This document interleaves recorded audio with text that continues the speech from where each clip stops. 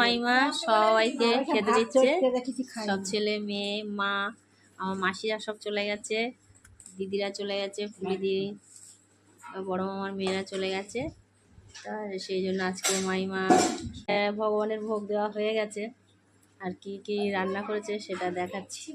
বাচ্চাদের সবার খাওয়া হয়ে গেছে, মামার খাওয়া হয়ে গেছে, আর এবারে আমি বসছি আর মেজো মামার মেয়ে রিয়া আর আমার মাইমা তিনজন এখন বসছি। উচ্ছে ভাজা আর হচ্ছে ডুমুর আর আলু ভাজা, আর মামা খুব পছন্দ করে, তা আর হচ্ছে এমনি আলু ভাজা হয়েছে আর বাচ্চারা খাবে বলে। আর আজকের হচ্ছে স্পেশাল হচ্ছে পোস্ত দিয়ে সজনের ডাঁটা, খুব সুন্দর বানায় আমার মাইমা, আর এটার জন্য মানে আমি পাগল, কখন থেকে খাবো। চাটনি হয়েছে, আমডাল হয়েছে, আর এদিকে হয়েছে পনির, মানে আলু আর ক্যাপসিকাম দিয়ে তরকারি। তো এবার আমরা খেতে বসবো।